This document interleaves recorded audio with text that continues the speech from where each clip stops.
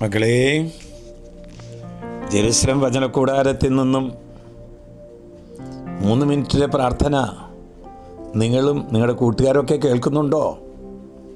കുറേ പേരൊക്കെ ഷെയർ ചെയ്യുന്നുണ്ടെന്ന് എനിക്ക് മനസ്സിലാകുന്നുണ്ട്. ഈശോ നമ്മെ ഒറ്റുനോക്കുന്നുണ്ട്. അവിടത്തേക്ക് വേണ്ടിയല്ലേ നമ്മൾ ഈ ത്യാഗം ചെയ്യുന്നത്? ഈ ത്യാഗത്തിലൂടെ നമ്മളും നമ്മുടെ കുടുംബവും മക്കളും അനുഗ്രഹിക്കപ്പെടാണ്. ഇന്ന് കർമ്മല സഭയുടെ പരിമളമായിരിക്കുന്ന എവുപ്രാസ്യമ്മ നമ്മുടെ വീട്ടിലേക്ക്, നമ്മുടെ ഹൃദയത്തിലേക്ക് കടന്നു വരട്ടെ എന്ന് പ്രാർത്ഥിക്കുകയാണ്. ആ വിശദ തരുന്ന ഒരു വചനമുണ്ട്. സങ്കീർത്തനം 5:3. കർത്താവേ, പ്രഭാതത്തിൽ അങ്ങ് എൻ്റെ പ്രാർത്ഥന കേൾക്കുന്നു. പ്രഭാത ബലി ഒരുക്കി ഞാൻ അങ്ങേക്കായി കാത്തിരിക്കുന്നു. പ്രാർത്ഥനയ്ക്കായി കാത്തിരിക്കുന്ന ഒരു കന്യാസ്ത്രീ അമ്മ, പ്രാർത്ഥന ബലിയാക്കി മാറ്റുന്ന ഒരു കന്യാസ്ത്രീ അമ്മ, എവുപ്രാസ്യമ്മ. അമ്മയെക്കുറിച്ച് എന്താ പറയണമെന്നറിയോ? പ്രാർത്ഥിക്കുന്ന അമ്മ, സക്രാരിയുടെ കാവൽക്കാരിയായ അമ്മ, സഞ്ചരിക്കുന്ന ആരാധനാലയം. ഇത് ഓരോ ക്രൈസ്തവനെ കുറിച്ചും പറയേണ്ടതാണ്. ഇത് കേട്ടുകൊണ്ടിരിക്കുമ്പോൾ നമ്മുടെ ഹൃദയം ജ്വലിക്കുന്നുണ്ടോ? സ്വയം നവീകരണത്തിനും വിശുദ്ധീകരണത്തിനുമായി ജീവിതത്തെ വിട്ടുകൊടുത്ത ഒരു കന്യാസ്ത്രീ അമ്മയാണ് എവുപ്രാസ്യമ്മ. സന്യാസ ജീവിതത്തിൽ അതീവ തീക്ഷ്ണമായി ജീവിക്കുവാൻ സ്വയം ചോദിക്കുന്നൊരു ചോദ്യമുണ്ട്. കേൾക്കണോ?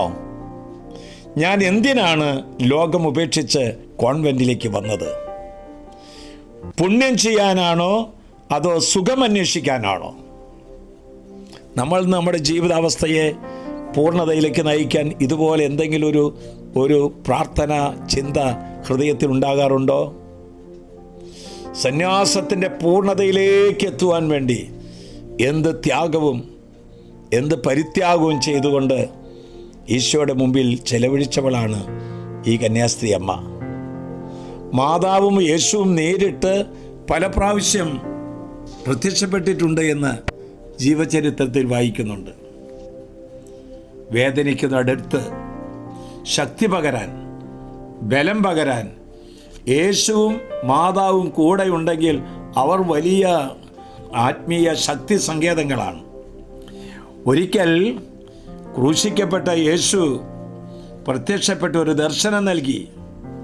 ശരീരം മുഴുവൻ മുറിവുകളുള്ളൊരു കർത്താവ്, ശരീരത്തിൽ നിന്ന് രക്തമൊലിക്കുന്ന ഒരു കർത്താവ്, കണ്ണിൽ നിന്ന് രക്തം ഒഴുകുമ്പോൾ അത് സ്വർഗത്തിലേക്ക് കൊണ്ടുപോകുന്ന മാലാഖ, ഇങ്ങനെയൊക്കെ ദർശനങ്ങൾ നൽകിയെന്ന്. മക്കളെ, ഒരിക്കൽ യേശു പ്രത്യക്ഷപ്പെട്ട് എവുപ്രാസ്യമ്മയോട് പറഞ്ഞു, മകളെ, ഞാൻ ഒരിക്കലും ആശ്വാസം അനുഭവിക്കുന്നില്ല. എൻ്റെ ഹൃദയം ഇടവിടാതെ ദുഃഖം അനുഭവിക്കുകയാണ്. നീ എന്നെ ഒന്ന് ആശ്വസിപ്പിക്കുമോ? ഇന്ന് ഇത് കേട്ടുകൊണ്ടിരിക്കുന്ന ഓരോരുത്തരോടും ഈശോ ചോദിക്കുന്നുണ്ട്, നീ എന്നെ ഒന്ന് ആശ്വസിപ്പിക്കുമോ?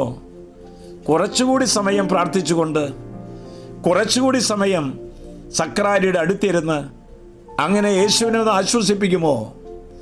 ആശ്വാസപ്രദമായ രാത്രി, പ്രതീക്ഷാ നിർഭരമായ പ്രഭാതം, സൽപ്രവർത്തികൾ നിറഞ്ഞ ദിവസം നൽകി നമ്മെ അനുഗ്രഹിക്കട്ടെ.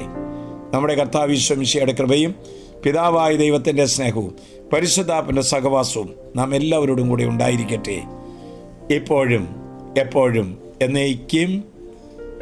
ആമേൻ.